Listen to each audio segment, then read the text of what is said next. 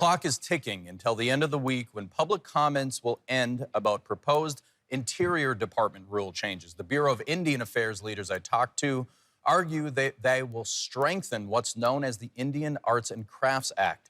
But many Alaska Natives and American Indians are worried the rule changes will diminish their culture and local Native business.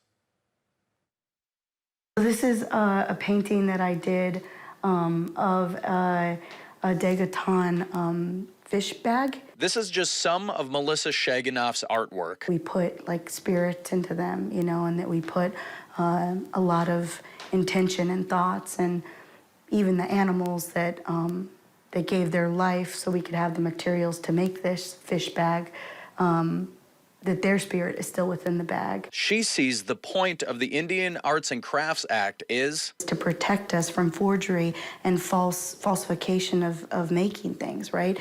And opening the door by allowing this loophole, you know, within is basically going to subvert the whole thing. It's going against its own purpose, right? It's going to have devastating effects on our future as artists and as makers. The Interior Department says modernizes the Indian Arts and Crafts Act's regulations to expand the definition of Indian product, allow for non-Indian labor to work on Indian products in certain situations, and use a new certification trademark to certify that an item is an Indian product. Many say these proposed changes will create a situation where Native American and Alaska Native items could be mass-produced by people who are not Native. Creating a market in which you're competing, you know, with non-Native makers, you know, for the thing that is specifically related to you and part of your culture.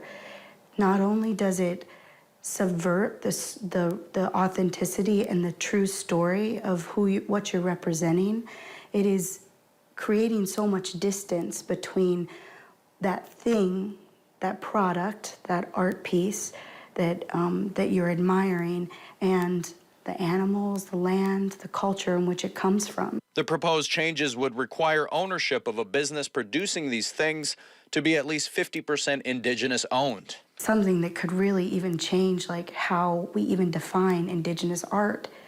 Indigenous art needs to be protected. These changes are incredibly important. Heather Dawn Thompson, the Interior Department's acting Deputy Assistant Secretary for Indian Affairs, says the proposed changes add more protections for what she calls one of the Native culture's most important economies. And we have large swaths of Native artisans and craftsmen that are left behind that are completely not covered by these protections.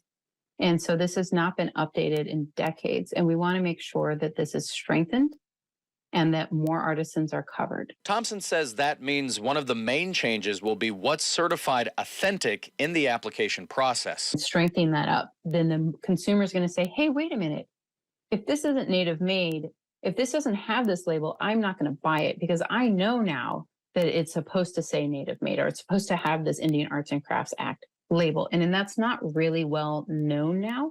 So by making it more well known, we are hoping to strengthen that brand, strengthen that label, and protect artisans more like her when consumers make that purchase. But back where that art is made, Shaganoff says if changes happen at all, she wants more specific protections. Nazi zagas nel youth, which means you put your thoughts into what you're making. And I think a big part of the Indian Act itself, Arts and Crafts Act itself, was to protect that, right? To protect the parts of our culture in which we are able to make art. The Interior Department also says modernizing rules will more easily allow non-natives to work on film and television projects under the direction of Alaska Native and American Indian direction. The Alaskans I talked with for the story say they don't know anyone working in those industries who've had issues because of the current rules. Public comment ends September 1st. So if you want to add your voice, I've posted a link on alaskasnewssource.com.